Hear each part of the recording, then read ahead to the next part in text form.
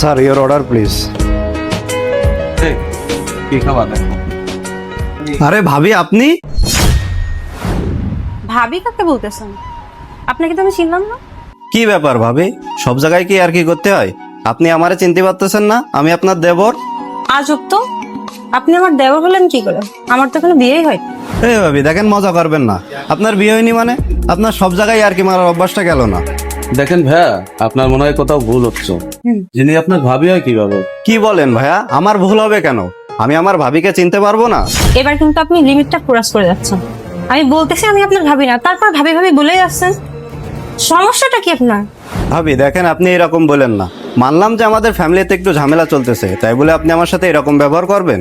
আর তাছাড়া ভাইয়া যখন আপনাকে রেখে দেশের বাইরে গেছিল, তখন তো আপনার সব দায়িত্বই আমাদের ফ্যামিলির ওপর দিয়ে গেছিল। কিন্তু আপনার সাথে সামান্য মনোমালিন্য হওয়ার কারণে আপনি তো আমাদের বাসা থেকে আপনার বাবার বাসায় চলে গেছিলেন। তো সেই রাগের কারণে কি আপনি আমার সাথে এরকম ব্যবহার করতেছেন? আপনি আমাকে চিনতেও পারছেন না? আমি তো আপনাকে বারবার বলতেছি আমি আপনার ভাবি না। আমাদের পরিবারের যদি কোনো ভুল হয়ে থাকে, তাহলে আমি সবার পক্ষ থেকে আপনার কাছে ক্ষমা চাচ্ছি। তারপরেও আপনি আমার সাথে এরকম আচরণ করেন না। আর যাই হোক, এই ভাইয়াকে তো চিনতে পারলাম না, ইনি কে? প্রথম কথা, আমি আপনার ভাবি না। আর দ্বিতীয়ত, এ হচ্ছে আমার বয়ফ্রেন্ড। আশা করছি কথাটা বুঝতে পারছেন। দয়া করে আপনি এখান থেকে যান, আমাদের ডিস্টার্ব করেন না। ভাবি প্লিজ, আপনি আমার সাথে এরকম করেন না। ভাইয়া, আপনাকে বারবার বলতেছে, আপনি শুনতেছেন না? একবারই তো বললো যে উনি আপনার ভাবি না, তারপরেও আপনি বারবার একই কথা কি জন্য বলতেছেন? আরে ভাই আপনি থামেন, আমাদের বিষয় আমাদেরকে বুঝতে দেন। আপনি এর ভিতরে কথা বলেন না। কি ব্যাপার, আপনি ওর সাথে খারাপ ব্যবহার করতেছেন কেন? আপনাকে যেটা অর্ডার দেওয়া হয়েছে আপনি যে সেটা নিয়ে আসেন। ঠিক আছে ম্যাম। আচ্ছা, তুমি আমাকে একটা কথা বলো তো, ওই লোকটা আমরা যখন এখানে আসছি সে থেকে তোমাকে ভাবি ভাবি বলেই যাচ্ছে, আসলে সত্যি ঘটনাটা কি আমাকে একটু খুলে বলবা? তুমিও তো দেখছি পাগল হয়ে গেছো। তুমি একটা বাইরের লোকের কথা শুনে আমাকে সন্দেহ করতেছো। সন্দেহ করতেছি না, আসলে ওই লোকটা যেভাবে বলতেছিল তো, তাই জাস্ট তোমার কাছে একটু জিজ্ঞেস করলাম। আচ্ছা যাই হোক, ওইসব কথা এখন বাদ দাও। তারপর বলো, আমরা বিয়ে করতেছি কবে?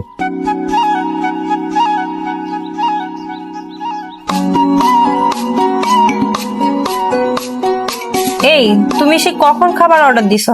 এখনো তো খাবার দিয়ে গেল না। তুমি তো যেয়ে দেখো তো, এত লেট হচ্ছে কেন? আচ্ছা ঠিক আছে, তুমি বসো, আমি যাচ্ছি। আচ্ছা ঠিক আছে। কি ব্যাপার ভাইয়া, আপনাদেরকে খাবার অর্ডার দিয়েছি কত সময়, এত লেট হচ্ছে কেন? সরি ভাইয়া, কিছু মনে করেন না। আপনি টেবিলে যান, আমি এক্ষুনি পাঠিয়ে দিচ্ছি। একটু তাড়াতাড়ি পাঠায় দিন। ভাইয়া একটু শোনেন। জি বলেন।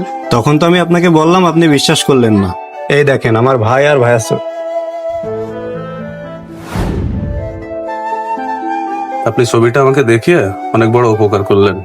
আসলে সত্যি কথা কি, আমিও জানতাম না যে এটা আপনার ভাবি। তবে আপনি ফোনটা রাখেন আর আমাদের খাবারটা একটু তাড়াতাড়ি পাঠান। আচ্ছা ভাইয়া, ঠিক আছে।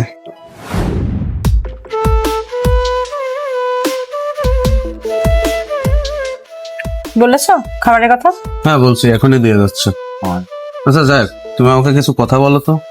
কি কথা? তখন ওই যে ওয়েটার ছেলেটা তোমাকে ভাবি বললো, আর তুমি তো তাকে চিনতেই পারলে না, সম্পূর্ণ অস্বীকার করলে। এর কারণটা কি একটু বলবো? ওই ছেলেকে তো আমি চিনি না, আর তুমি ওই ছেলের কথা নিয়ে এখন বসে আছো। তাছাড়া ওই ছেলেটা আমাকে ভাবি বলতেছে, আমি তোর ভাবি না। তো আমি রেসপন্স কেন করবো কথা? এই তুমি থামো, তুমি সেই থেকে আমার সঙ্গে অনেক মিথ্যা কথা বলছি। দয়া করে আমার সঙ্গে তুমি আর মিথ্যা কথা বলে না। তুমি যে ওই ছেলের ভাবি হও না কি হও সেটা আর আমার জানতে বাকি নাই। আমি যখন খাবারের খোঁজ নিতে ওইখানে গেছিলাম, তখন ওই ছেলেটা তোমার বিষয়ে এবং তোমার হাজবেন্ডের বিষয়ে বিস্তারিত আমাকে বলছে। এমনকি তোমার সঙ্গে তোমার হাজবেন্ডের একটা ছবিও আমাকে দেখাইছে। আরে তুমি এগুলো কি বলতেছো? তুমি কি ছবি দেখেছো? এখন শোনো, এখন ছবি না এডিট করে মানুষের সাথে জোড়া লাগানো যায়, ঠিক আছে? আর তুমি ওইসব উল্টাপাল্টা ছবি দেখে আমাকে তুমি জেরা করতেছো। কোনটা রিয়েল ছবি আর কোনটা এডিট করা ছবি সেটা কিন্তু আমি ভালোই বুঝি। আসলে সত্যি কথা কি জানো, আমি যখন তোমার সঙ্গে রিলেশনে জড়াই, তখন কিন্তু আমার কোনো বিষয়ে আমি তোমার সঙ্গে গোপন করিনি। আমার সব বিষয়ে আমি তোমাকে বিস্তারিত জানাইছি। কিন্তু তুমি কি করছো, তুমি তোমার প্রত্যেকটা বিষয়ে আমার সঙ্গে গোপন করে গেছো। আমার সঙ্গে মিথ্যা বলছো, মিথ্যা বলে আমার সঙ্গে সম্পর্ক জড়াইছো। দেখো, তুমি আমাকে ভুল বোঝো না। আমি যে বিবাহিত এটা আমি তোমাকে অনেকবার জানাতে চাইছি, কিন্তু আমি জানাতে পারিনি। আমার মনের ভিতরে একটাই ভয় করতো, যদি বিষয়টা তুমি জানো, যদি আমাকে ছেড়ে চলে যাও। শোনো, ছেড়ে যাবার ভয় হোক আর যাই হোক, তুমি যে বিবাহিত এই বিষয়টা আমার কাছে গোপন করে তুমি সত্যিই অনেক বড় অন্যায় করেছো। আর সব থেকে বড় কথা যেটা, সেটা হচ্ছে তুমি বিবাহিত আর আমি অবিবাহিত। আর আমি জেনে শুনে তো চাই না যে আমার কারণে একটা ছেলের সংসার নষ্ট হোক বা তার জীবনটা ধ্বংস হয়ে যাক। কারণ আজকে তুমি তোমার স্বামীকে ঠকিয়ে আমার সঙ্গে রিলেশনে জড়িয়েছো, কাল যে তুমি আমাকে ঠকিয়ে অন্য আরেকজনের সঙ্গে রিলেশন করবে না তার কি গ্যারান্টি আছে? তাই তোমার মতো মেয়ের সঙ্গে আমার পক্ষে আর রিলেশনটা কন্টিনিউ করা সম্ভব হচ্ছে না। আজ থেকে তুমি তোমার মতো থাকবা আর আমি আমার মতো থাকবো। দয়া করে তুমি আমার সঙ্গে আর যোগাযোগ করার চেষ্টা করবে না। আশা করি আমার কথাটা তুমি বুঝতে পেরেছো। শোনো, তুমি আমাকে ভুল বোঝো না, এবারের মতো সুযোগ দাও। আমি ভুল বুঝতেছি না, আমি যেটা বুঝতেছি সেটা সঠিকই বুঝতেছি। তুমি থাকো তোমার মতো, দয়া করে আমাকে আর ডিস্টার্ব করো না। ছাড়ো।